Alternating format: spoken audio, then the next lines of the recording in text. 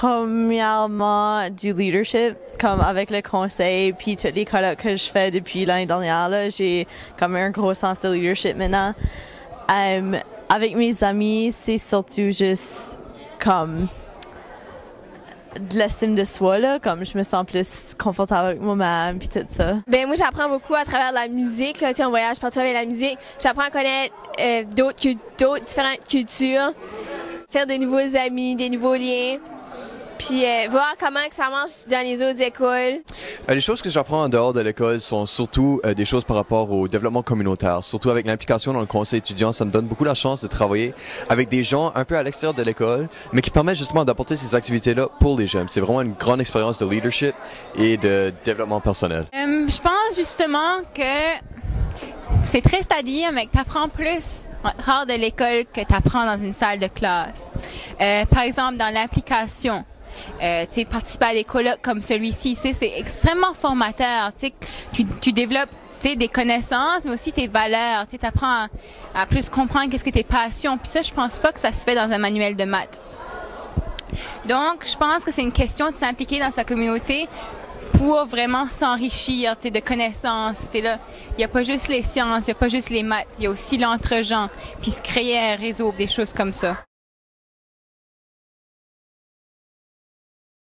Que tu visites différents pays, différentes villes, même si tu penses connaître l'endroit que tu vas visiter, tu apprends toujours de nouvelles affaires en visitant, avec des visites guidées. Quand tu as la chance d'avoir une visite guidée d'une région, mais moi je dirais qu'apprendre en dehors du cadre scolaire, c'est en voyageant. M'impliquer dans la communauté, surtout les activités, l'été, puis les activités qu'il y a dans le village, m'impliquer là-dedans comme bénévole, de faire le même.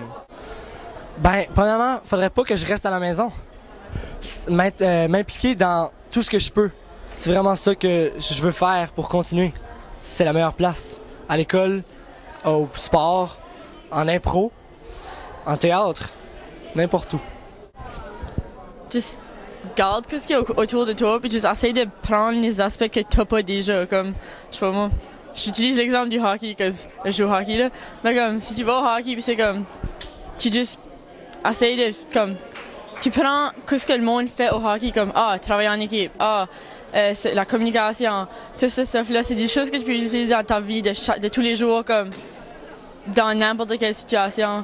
Puis c'est pas quelque chose qui est nécessairement appris à l'école. Comme ils te disent tout le temps, oui, communication est essentielle, mais quand ce que tu le mets à la pratique dans un sport, ça comme te force à le mettre en comme quand ça te force de l'utiliser dans d'autres situations sans vraiment que tu t'en rendes compte. Juste toujours être ouvert à n'importe quoi, écouter, puis te dire que t'es pas parfait. Parce que la seconde que t'es parfait, ben là t'as l'air d'apprendre. So, tu te dis que t'es pas parfait, tu te dis que t'as toujours de la place pour un autre, quelque chose à apprendre, puis t'écoutes, puis t'apprends.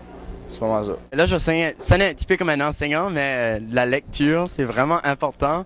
Je sais, quand j'étais plus jeune, je lisais plutôt en anglais, puis là, j'ai eu comme un changement d'attitude, puis maintenant je lis plutôt en français, puis j'essaie d'améliorer ma langue française le plus possible, mais pas juste la langue française, ça donne des connaissances tellement intenses puis intéressantes que tu peux partager avec d'autres personnes, puis je pense voyager, juste l'écoute active est très important pour t'éduquer, juste t'informer.